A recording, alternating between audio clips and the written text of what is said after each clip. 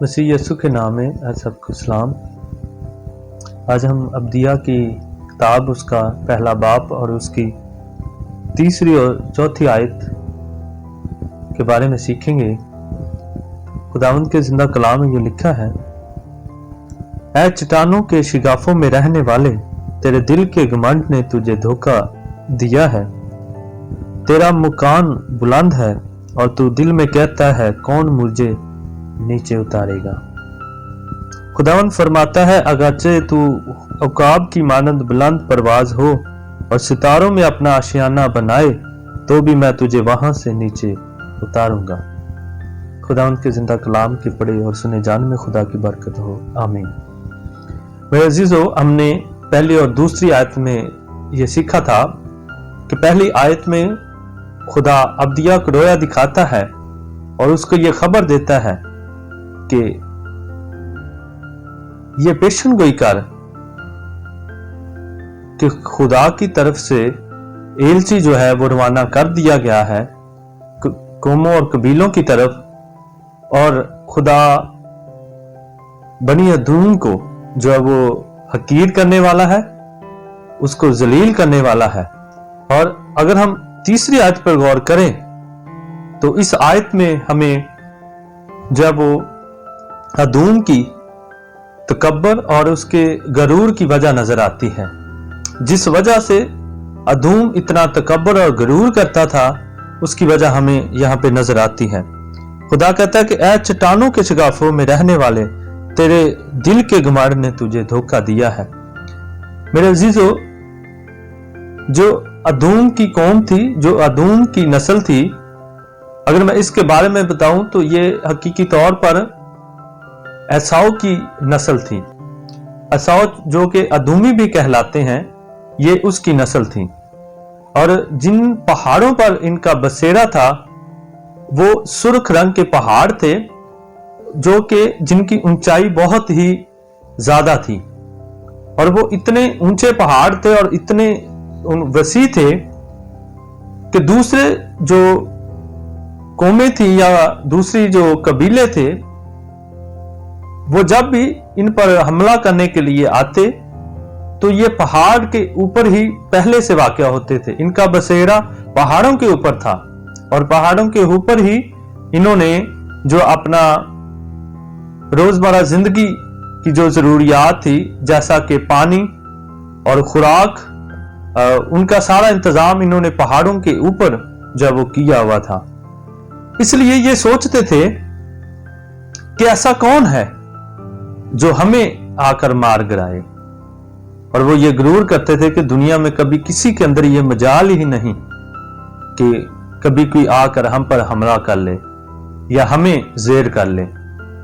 मेरे अजीजों, उस वक्त ये होता था कि जब भी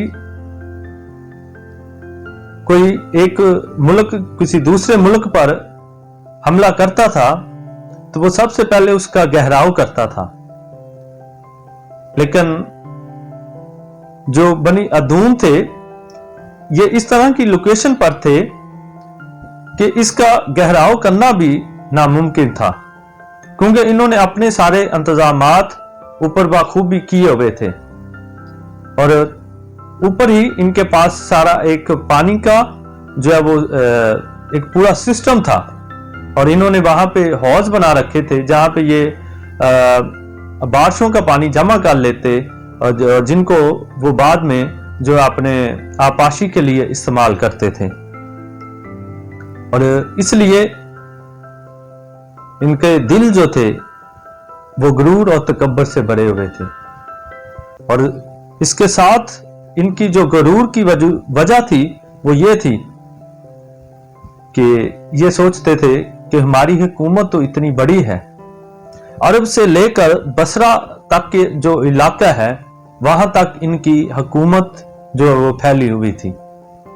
और इसलिए ये कहते थे कि कभी भी कोई हमें आकर मार नहीं गिरा सकता, कभी भी कोई हमें शिकस्त नहीं दे सकता। और इसलिए ये इसी गरूर तकब्बर में ये खुदा को भूल गए। और मेरे अजीजों, खुदा ने कहा कि मैं तुम्हारा तकब्बर जो है वो तोड़ूंगा।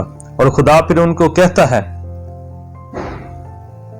कि तू ये गुरूर करता है कि तेरा मकान बुलंद है।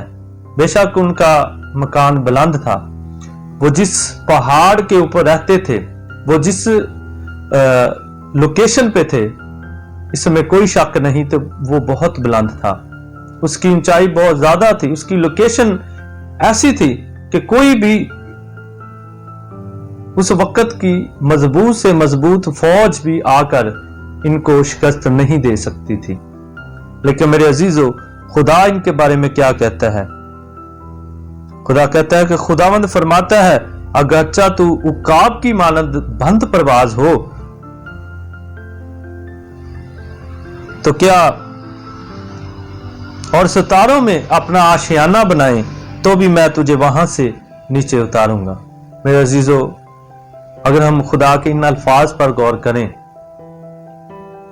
तो खुदा कहता है कि तू तो एक पहाड़ के ऊपर चढ़कर ये दिल में सोचता है, ये दिल में तकब्बर करता है कि मेरा तो मकान बहुत ऊंचा है, मैं तो बहुत ऊंचाई पर हूं, मुझे कभी कोई गिरा नहीं सकता, और तू दिल में ये घमंड करता है और कहता है कि मुझे कौन नीचे आके उतारेगा।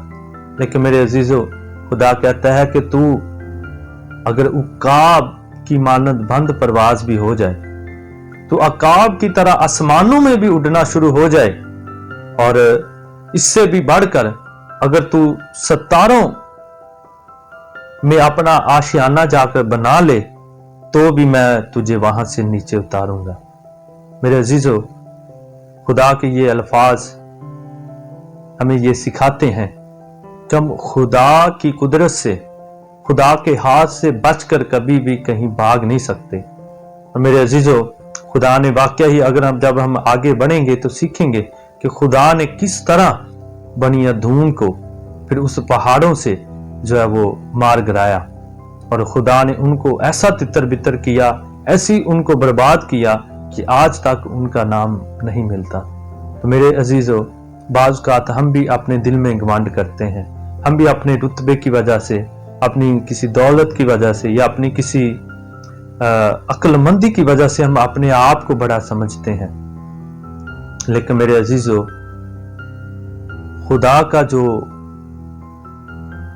हाथ है, खुदा की जो कुदरत है, उससे भागकर हम कभी भी कहीं जा नहीं सकते। इसलिए मेरे अजीजों, खुदा का बंदा दाऊद कहता है कि खुदाया तेरी रूह तो भला ना सके मैं किधर जाऊं। तो मेरे अजीजों, बेशक हम खुदा के हाथ से, खुदा की रूह से भागकर कहीं नहीं जा सकते।